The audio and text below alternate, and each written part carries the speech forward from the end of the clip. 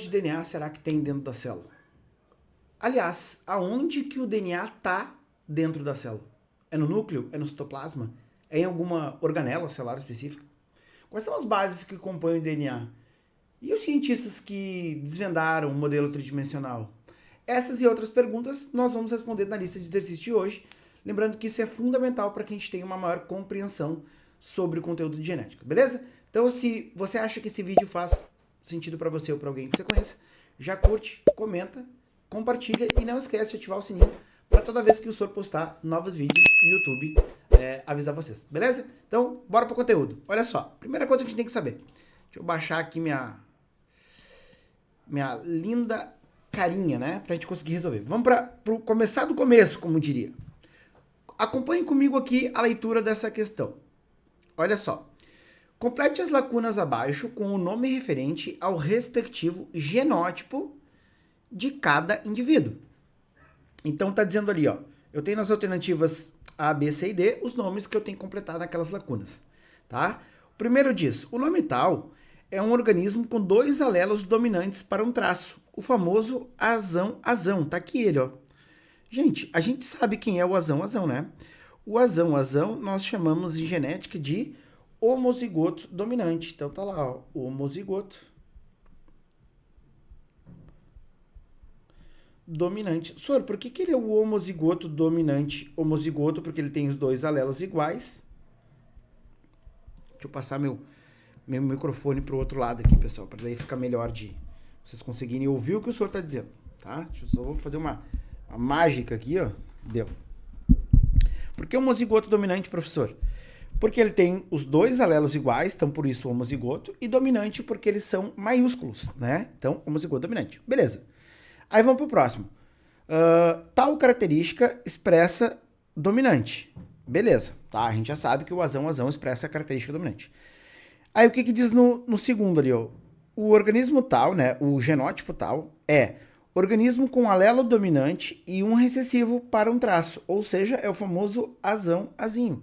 A gente sabe que o cara que é azinho é um heterozigoto. Então vamos anotar aqui, ó. Heterozigoto.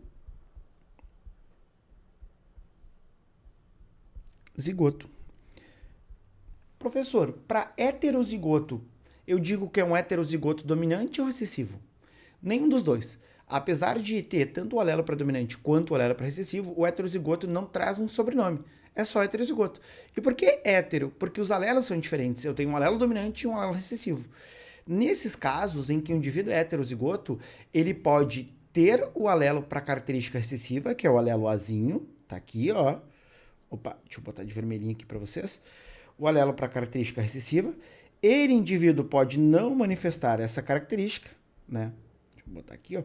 Ele, indivíduo, pode não manifestar essa característica, mas pode ser que ele tenha filhos, descendentes, que manifestem essa característica. Esse é o caso comum, a gente vai ver mais pra frente, de cor de olhos, em que os indivíduos paternos, né, os pais podem ter olhos escuros e produzir um indivíduo com olho claro, ou o contrário, tá bom?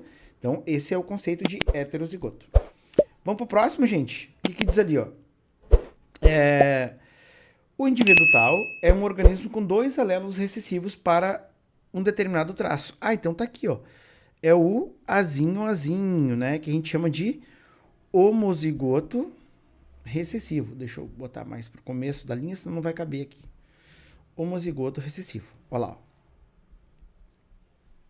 ó. Homozigoto, né? Os alelinhos iguais. Recessivo, porque são ambos pequenininhos.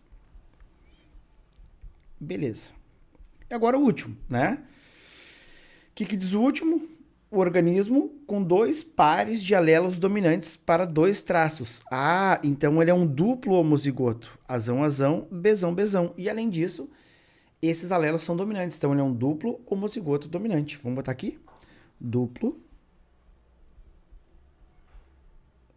homozigoto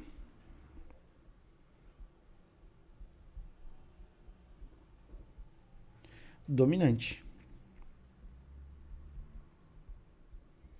Tranquilo. Agora é só achar qual é a alternativa que corresponde ao que a gente colocou. Homozigoto dominante, heterozigoto, homozigoto recessivo e duplo homozigoto dominante. Então tá aqui, ó. Homozigoto dominante, tá lá no primeiro. que está aqui, check. Heterozigoto, que está ali no segundo. Homozigoto recessivo, que está aqui no terceiro. Homozigoto recessivo. E um duplo homozigoto dominante, que está aqui. Portanto, alternativa C de Cristo está no comando. Beleza? De certeza que é essa a resposta. Vamos para a próxima aqui, pessoal. Olha lá. Sobre o DNA, respondo. Deixa eu trocar a cor da minha canetinha. Eu prefiro caneta vermelha. Vamos pegar a azulzinha do Grêmio, né? O Grêmio, uhul. Vamos lá, olha só. Sobre o DNA, responda. Quais são as estruturas apontadas em 1 e 2? Beleza. Se eu perguntasse qual é o nome de tudo isso aqui, ó, de tudo isso aqui, né? Vocês já sabem que são os nucleotídeos. O DNA é feito de vários nucleotídeos. Vários nucleotídeos vai formar o DNA. Aqui eu vou ter em azulzinho, né? A pentose, que é aquele açúcar de 5 carbonos. Tá lá, o senhor tá pintando aqui, ó. Pentosezinha, com oxigênio ali em cima, né? Aqui o oxigênio. Aqui, gente, eu tenho o O. Aqui é um P, né? Aqui é o grupo fosfato, tá? Então, esse número 1 aqui, o senhor vai até botar aqui do ladinho. O número 1 é o grupo fosfato. Lembra? Que vai ter a ligação, o grupo fosfato vai permitir que um nucleotídeo de uma fita se liga ao outro, da mesma fita, vai ter a ligação, que a gente chama de fosfodiéster, né? 2 ésteres e um fosfato. Fosfodiéster. Essa é uma ligação bem importante do DNA, tá? Isso a gente vai ter no grupo 1. O grupo 1, então, é um grupo fosfato e ele vai promover a ligação fosfodiéster. E a situação 2, né? Aqui, ó, a gente tem a base nitrogenada. Então, no 2, nós vamos ter lá as bases nitrogenadas. Por que ela tem esse nome, Sor? Porque ela tem um nitrogênio, né? Lembra que ela pode ser no DNA de 4 tipos, né? O DNA a gente vai ter o A se ligando ao T através de 2 ligações de hidrogênio e o G se ligando ao C através de 3 ligações de hidrogênio. Adenina e timina vão sempre ligar uma a outra, assim como a guanina e a citosina vão sempre ligar uma a outra. A e G são as bases púricas. Lembra? São funções orgânicas púricas, que são purinas. Bases purinas ou bases púricas. T e C são as bases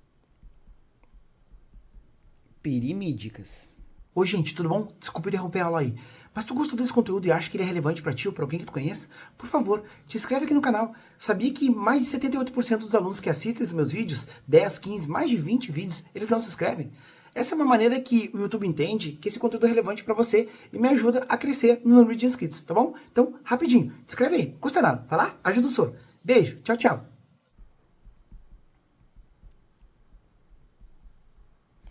Ou seja, as bases nitrogenadas promovem a ligação de um nucleotídeo de uma fita ao nucleotídeo da outra. Através de que ligação? De ligações de hidrogênio. Então, vamos botar aqui, ó, as bases nitrogenadas, as ligações de hidrogênio. Tranquilo? Beleza. São as duas, digamos assim, são as duas ligações mais importantes lá que a gente tem na estrutura tridimensional do DNA, tá? Vamos dar sequência aqui, pessoal. Olha lá, ó. Qual é o nome do modelo do DNA? Ah, isso é interessante. O DNA segue o modelo de dupla fita ou dupla hélice. Vamos anotar aqui, ó. Dupla fita ou dupla hélice. Por que, Sor? Porque ele se comporta tridimensionalmente no espaço dessa forma. Deixa eu ver se eu consigo fazer uma moleculinha de DNA aqui para vocês verem. Ó. Vamos ver se a gente consegue fazer. Ficou meio estranho, né? Melhor fazer sem usar o recurso tecnológico. Deixa eu dar uma espessada aqui no meu... Isso. Agora vai dar. Agora vai dar bom. Vai dar bom, gente. Vai dar bom. Ó, tem uma fitinha aqui e a outra fitinha descendo aqui, ó.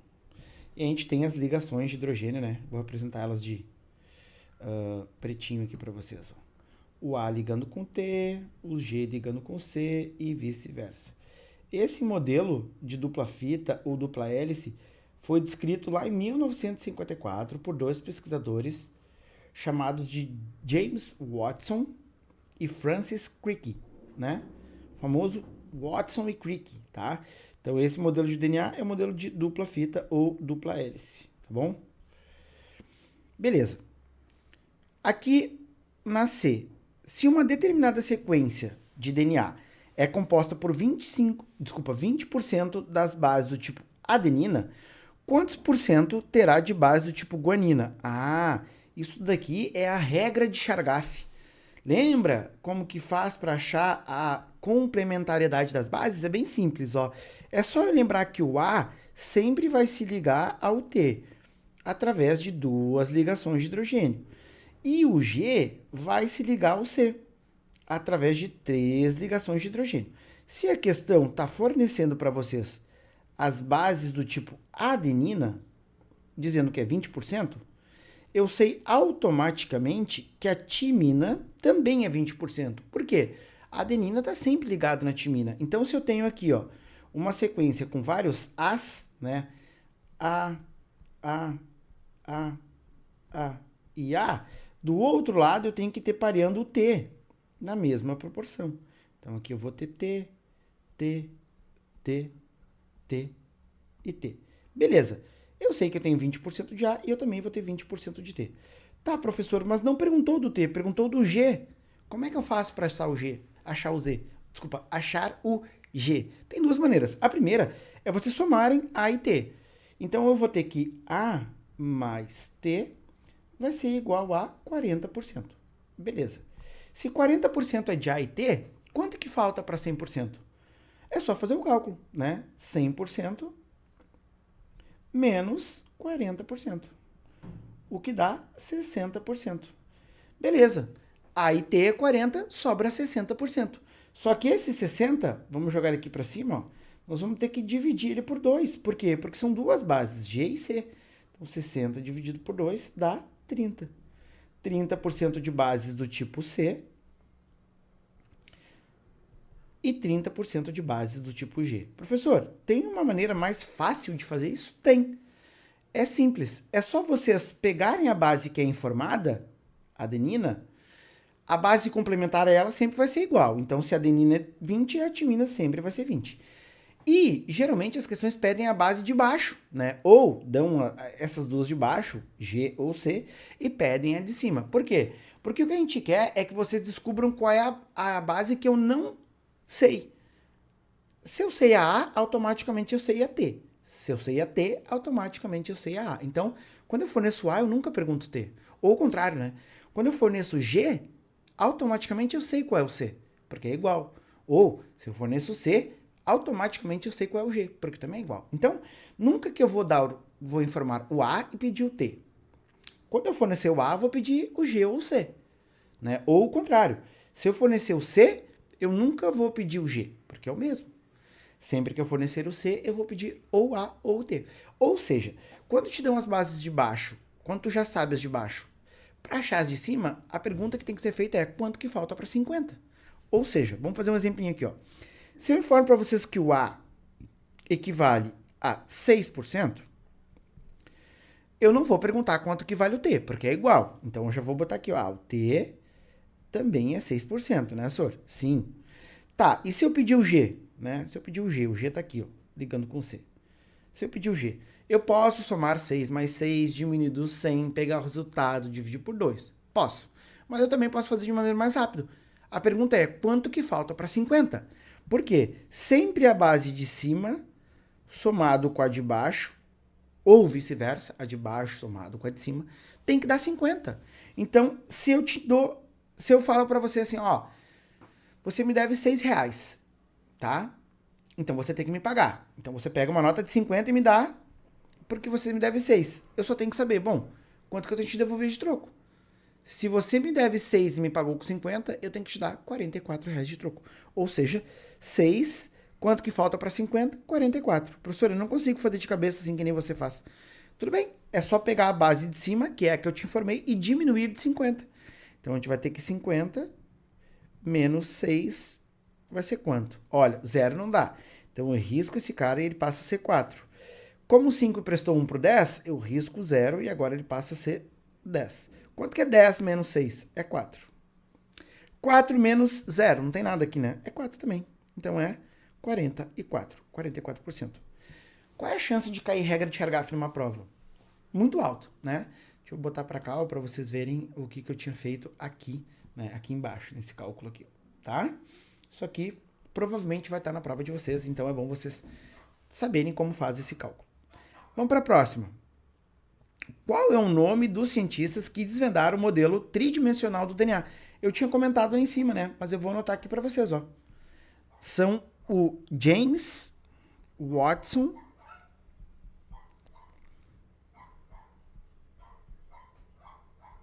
e o Francis Crick. Eu costumo brincar que é o WC, porque cai só o sobrenome deles em prova, né? Então é o Watson e o Crick. É o WC, tá? Lembrem disso.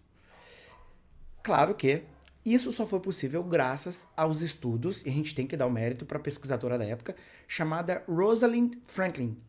Essa pesquisadora, através da difusão de raio-x, né, bombardeou moléculas de DNA e conseguiu construir uma estrutura tridimensional, onde esses autores, esses cientistas, se apropriaram dessa técnica para desvendar o modelo tridimensional do DNA.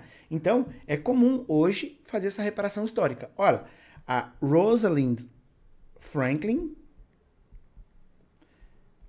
né, também foi responsável, eu diria que até mais importante, na estrutura, no desvendar da estrutura atômica do modelo tridimensional de DNA, tá bom? Beleza, vamos para a próxima ali, ó. O que diz a próxima? Quais são as bases púricas e pirimídicas? Bem fácil. A e G, lembra assim, ó, água, né? A e G são as bases púricas,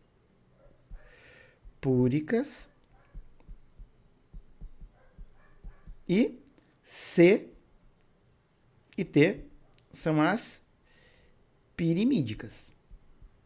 Pirimídicas. Beleza. Tranquilo. Bem assim, simples. Onde o DNA fica localizado nas células? Fácil também. Ora, quase todas as células possuem um compartimento celular muito importante que a gente chama de núcleo. É como se a célula fosse um grande banco e nesse banco tem um cofre. Esse cofre é o núcleo. Dentro desse cofre, o cofre de um banco, tem coisas de valor, dinheiro, joias, ouro, enfim. No núcleo das células, no cofrinho das células, tem a estrutura mais importante de todas, que ela tem que ficar bem protegida, que é o DNA. Então, a maioria das células tem esse cofrinho, que a gente chama de células eucarióticas. Então, vamos botar assim, ó, em células eucarióticas, ou seja, de todos os organismos vivos, menos as bactérias, porque elas são procarionte, em células eucarióticas, vírgula, o DNA fica dentro do núcleo celular, que é o local que a gente chama para, né, dizer que o DNA se encontra. Núcleo celular. E não necessariamente o núcleo celular é o centro da célula, tá? Então a célula nem sempre é aquele modelo de célula ovo, né, que a gente costuma dizer em aula, tá? Tem células que vão ter o núcleo lá perto do, mais para cima, mais para baixo, mais para o meio, enfim, a posição do núcleo pouco importa pra gente nesse momento. A gente só precisa saber que em células que tem núcleo, e são todas menos as bactérias, porque bactérias são procariontes, então fungos, algas, protozoários, animais, plantas, todos esses têm o DNA dentro do núcleo da célula. E a pergunta é, uma célula humana possui quantas moléculas de DNA? Ah, isso aqui é bem interessante. A grande maioria das células humanas, que a gente chamamos de células somáticas, ou seja, todas as nossas células menos os nossos gametas. Então, para esse caso, não entra espermatozoide, que é o gameta masculino, nem o ovócito secundário, que é o gameta feminino. Não entra, tá? Nas células somáticas entram todas, menos essas células que eu comentei agora. Então, gameta não entra, nem espermatozoide, nem célula germinativa. Essas células somáticas possuem 46 moléculas de DNA. Professor, dessas 46, de onde que vieram? Ora, dessas 46, 23 da mamãe e 23 do papai. Tá? Então, 23 veio da tua mãe, que ela é a tua progenitora, e 23 vieram do teu papai. Professor, e nas nossas células gaméticas? Falou que todas têm, menos os gametas. Quanto tem no gameta? Nos gametas só tem a metade. Então, os gametas masculinos, os espermatozoides meninos, né, tem 23 cromossomos. E no ovócito secundário, que é a célula germinativa, o gameta feminino, também vai ter 23. Por isso que nós somos a união de 23 gametas do nosso papai com 23 gametas da nossa mamãe. Se fusionaram e formou lá o zigotinho, que é nós no primeiro estágio de vida. E a gente foi crescendo, crescendo, crescendo, e hoje a gente é esse serzão aqui, né, com bilhões de células espalhadas no corpo inteiro, e todas elas possuem exatamente os mesmos genes. Então, se eu pegar uma célula do meu neurônio, né, uma célula nervosa, e uma célula da minha mucosa bucal, elas vão ter a mesma quantidade de DNA, e esse DNA é igual, é clone perfeito um do outro, tá bom? Tranquilo isso? Beleza. Vamos para a próxima então, né?